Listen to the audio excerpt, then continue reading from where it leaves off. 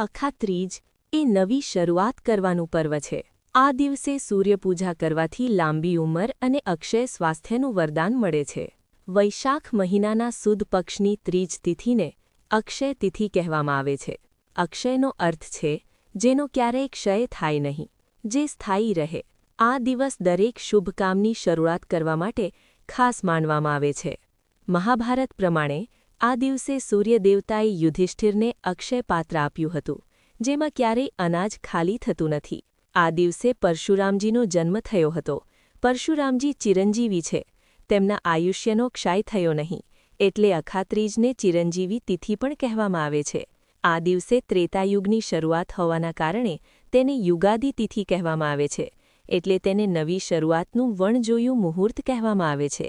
અખાત્રીજ શુભારંભનું પર્વ છે. ભારતીય કાલગણના પ્રમાણે અખાત્રીજ શુભારંભનું પર્વ છે.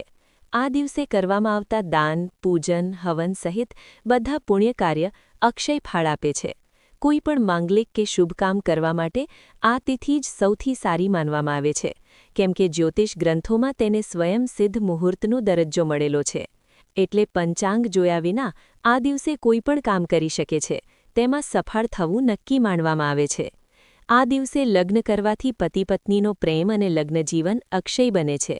આ દિવસે પિતૃઓને તર્પણ એવું માનીને કરવામાં આવે છે કે તેનું અક્ષય ફળ પ્રાપ્ત થશે. હવે દર્શક મિત્રો, આપણે અખાત્રીજ સાથે જોડાયેલી ધર્મગ્રંથોમાં જણાવેલી વાતો વિશે જાણીશું. ભગવાનના 3 અવતાર થયા. ધર્મગ્રંથોમાં જણાવ્યા પ્રમાણે અખાત્રીજના દિવસે ભગવાન પરશુરામનો જન્મ થયો, જેમણે પૃથ્વીથી અધર્મને દૂર કર્યો. તે પછી નર અને નારાયણ થયા.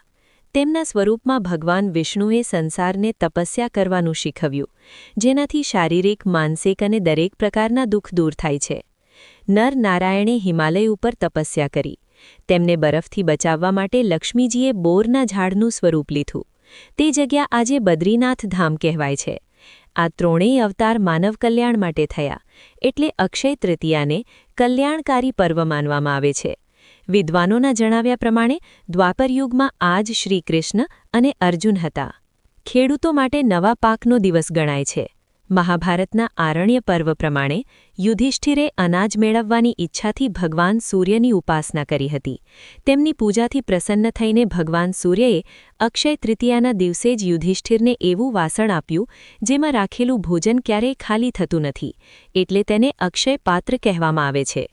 આ કારણે ખેડૂતો પણ અખંડ સુખ સમૃદ્ધિની કામનાથી અક્ષય તૃતીયાના દિવસે પાક કાપીને ભગવાનને ચઢાવવામાં આવે છે, જેથી તે પાકથી મળતી ઊર્જા અને સુખ અક્ષય રહે અને પાક વેચ્યા પછી રૂપિયા હંમેશા વધતા રહે છે. આ પર્વ વસંત ઋતુમાં આવનાર છેલ્લો મોટો પર્વ ગણાય છે. સોનું અક્ષય છે, એટલે ખરીદીનું મહત્વ છે. સોનું પૃથ્વીના ગર્ભમાંથી મળ્યું છે, એટલે તેને હિરણ્ય ગર્ભ કહેવામાં આવે છે. આ જ કારણ છે કે સોનું અક્ષય માનવામાં આવે છે, એટલે તે ક્યારેય નષ્ટ થતું નથી. વેદોમાં સોનાનો ઉલ્લેખ છે. આ ધાતુનું મહત્વ આજે પણ તેટલું જ છે જેટલું હજારો વર્ષ પહેલાં હતું. ગ્રંથોમાં ઉલ્લેખવામાં આવ્યું છે કે નવી વસ્તુઓ કે સોનું ખરીદવું ધન અને સમૃદ્ધિની દેવી લક્ષ્મીનું સ્વાગત કરવાની એક રીત માનવામાં આવે છે. માન્યતા છે કે સોનું ખરીદવું સારા ભાગ્યનું પ્રતીક છે. આ જ કારણ છે કે લોકો સોનાના ઘરેણાં કે સિક્કા ખરીદે છે, જેનાથી દેવી લક્ષ્મીનો આશીર્વાદ મળે છે. માટે જ અક્ષય તૃતીયાના દિવસે સોનાની ખરીદી કરવામાં આવે છે. લક્ષ્મી અને કુબેર પૂજાનો દિવસ ગણાય છે. કુબેરજીએ શિવપુરમમાં ભગવાન શિવની પૂજા કરીને આ દિવસે સમૃદ્ધિ પાછી આપી હતી, એટલે આ દિવસે કુબેર પૂજાની પણ પરંપરા છે. અક્ષય તૃતીયાના દિવસે લક્ષ્મીજીની આરાધનાથી અક્ષય લક્ષ્મી મળે છે. જીવનભર રૂપિયાની ખોટ પડતી નથી. બિઝનેસ અને પૂંજી વધે છે, સાથે જ અક્ષય રહે છે. એટલે આર્થિક ઉન્નતિ મેળવવા અને દેવામાંથી મુક્ત થવા માટે આ દિવસે દેવી લક્ષ્મીની ખાસ પૂજા કરવામાં આવે છે, જેને ઉત્તરાયણની દિવાળી પણ કહેવામાં આવે છે. ક્ષમા પ્રાર્થના અને નવી શરૂઆતના સંકલ્પનો દિવસ.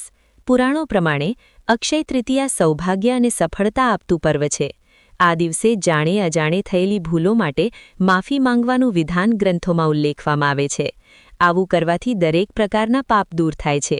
એટલે અક્ષય પર્વના દિવસે ખરાબ આદતોને ભગવાનના ચરણમાં અર્પણ કરી તેમના સારા ગુણોનું વરદાન માંગવું જોઈએ. સાથે જ આ દિવસે નવી શરૂઆતનો સંકલ્પ લેવો જોઈએ. તો મિત્રો, અખાત્રીજ માત્ર એક તહેવાર નથી, પણ એ છે નવી શરૂઆત, શ્રદ્ધા અને અક્ષય સુખનું પ્રતીક. જો તમને આ માહિતી ગમી હોય તો વિડીયોને લાઇક કરો, શેર કરો અને આવા જ આધ્યાત્મિક વિડીયો માટે ચેનલને સબસ્ક્રાઇબ કરવાનું ભૂલશો નહીં. ધન્યવાદ. રાધે રાધે.